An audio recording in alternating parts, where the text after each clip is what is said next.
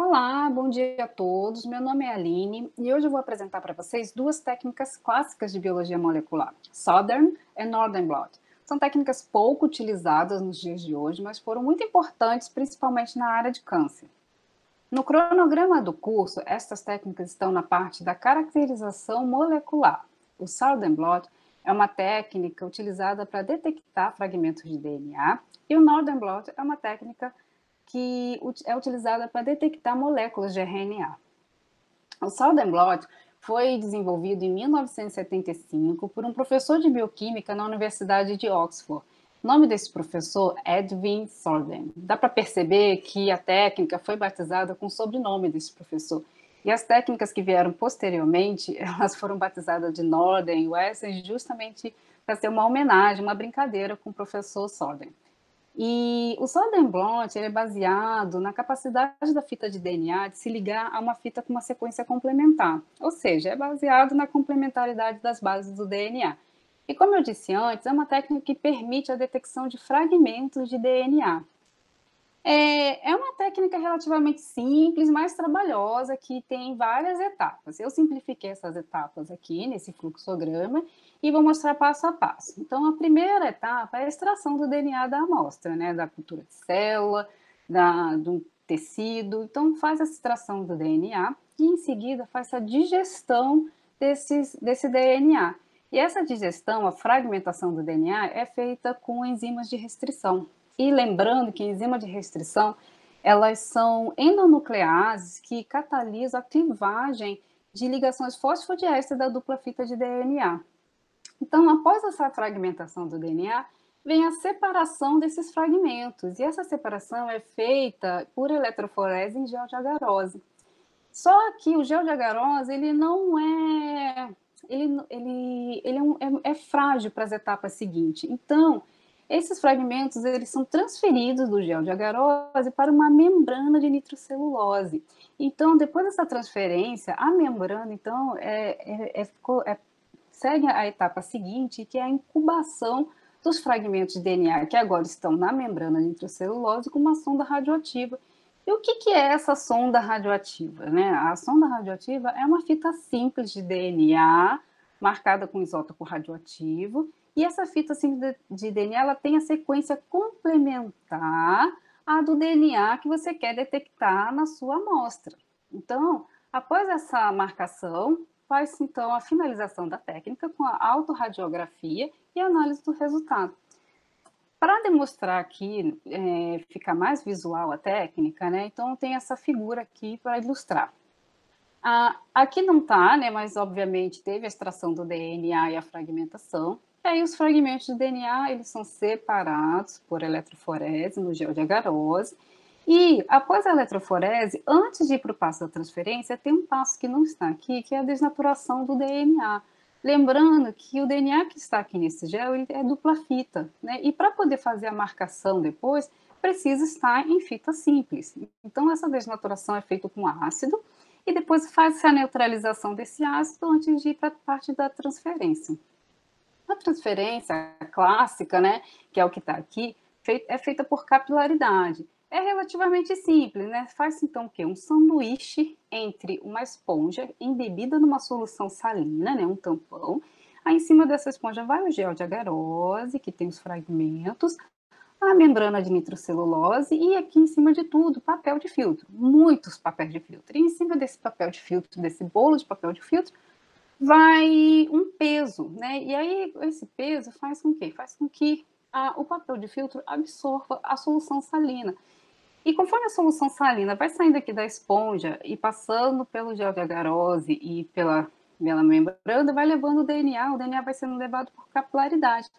E por que o DNA não vai parar lá no papel de filtro? Porque a membrana de nitrocelulose, ela possui uma carga positiva. E lembra que o DNA é carregado negativamente. Então, o DNA fica preso aqui na membrana de nitrocelulose.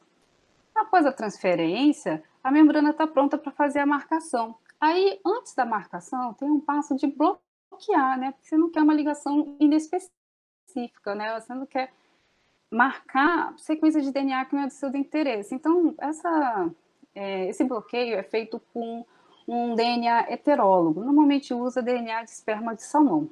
Então, após o bloqueio, aí tá tudo pronto para fazer a marcação com a sua sonda de interesse. E depois da marcação, então tem o autorradiograma e análise do resultado. Então, só para exemplificar, eu trouxe um resultado de um paper de 1989. É um paper bem interessante, porque o que ele estava tentando analisar? Ele estava tentando associar alterações de próton cogênio com o grau de malignidade do câncer de mama. E aí, ele analisou o CEMIC, o receptor de estrógeno e o HRAS. Só que aqui eu trouxe para o exemplo somente o CEMIC, somente a autorradiografia do CEMIC. Então, o que ele queria ver? Ele foi analisar o exon 3 do CEMIC em amostras normais e tumorais. A amostra normal que ele usou foi de células de sangue periférico. Então, esse N aqui é N de normal. E a amostra tumoral é a amostra de grau 3 de carcinoma. E esse 1, 2, 3 são as enzimas que ele usou. A enzima aqui que está como 1, ele usou EcoRI1. No 2, RIND3 e no 3, PVUM. E aí, o que ele observou? Ele observou que o fragmento, né, da região a região do exon 3, apareceu uma banda menor nas amostras tumorais, né, tanto na amostra digerida com EcoR1 quanto a amostra digerida com RIND3. Então, o que eles concluíram? Eles concluíram que o carcinoma mamário de grau 3 que eles analisaram, havia possivelmente uma deleção de uma parte do exon 3 do próton cogênio CEMIC. Olha só que interessante. E muita coisa foi descoberta usando o Salden-Blot. O Salden-Blot foi uma técnica muito utilizada na década de 90. E aqui eu vou mostrar as aplicações para vocês, como eu falei, né, teve várias descobertas de genes, o estudo de mapeamento, estudo de evolução, desenvolvimento, diagnóstico, foi muito utilizado para o diagnóstico, foi utilizado, né, como ele analisa um padrão genético de indivíduo, foi muito utilizado para teste de paternidade, identificação criminal. Como eu disse antes, né, uma técnica que é usada para detectar a presença de um determinado fragmento de DNA na amostra, é utilizada para analisar a fragmentação de DNA e também é utilizada em relação a organismos geneticamente modificados, é utilizado para assegurar que uma sequência particular de DNA, de uma sequência genética conhecida, se foi incorporada no genoma do organismo hospedeiro. Assim, foi uma técnica muito importante e foi uma técnica premiada. E agora falando um pouco de Northern Blot, né, o Northern Blot é muito parecido com o Southern Blot, só que ao invés de analisar, né, fragmentos de DNA, foi muito utilizado para analisar a expressão de RNA mensageiro, ou seja, foi muito utilizado para análise de expressão gênica, né? E os passos são muito parecida a sequência do passo a passo, só que tem alguns detalhes, né? Um detalhe principal é depois da separação do RNA, não tem a parte de fragmentação, depois da separação do RNA por eletroforese, essa eletroforese aqui, ela é feita com formaldeído, ela precisa de um desnaturante nesse gel, porque para não formar estruturas secundárias do RNA. E aí depois faz a transferência, depois da transferência também a incubação com a sonda, né, com a sequência de interesse e depois o autorradiograma e análise dos resultados. E aqui eu trouxe, né, um resultado de um dos cursos passados, né, que foi feito aqui, um resultado feito pelos alunos mesmo, né, que você tem uma célula que foi transduzida com fator 9, né, com o gene do fator 9, e essa célula passou por uma série de seleção, e essa seleção foi feita com diferentes doses de metotrexato. O que observou? Né? Aqui é um gel de agarose, né, analisando as estruturas do RNA, mostrando que o RNA está íntegro, e aqui a autorradiografia do Northern Blot, mostrando que achou aqui a célula parental, e aqui são as células expressando fator 9, né, selecionada com diferentes doses, e aqui mostrando a expressão, que sim, que a célula foi transduzida com fator 9 e agora essa célula passou a expressar o fator 9. E como eu falei, o Northern Blot ele foi muito utilizado como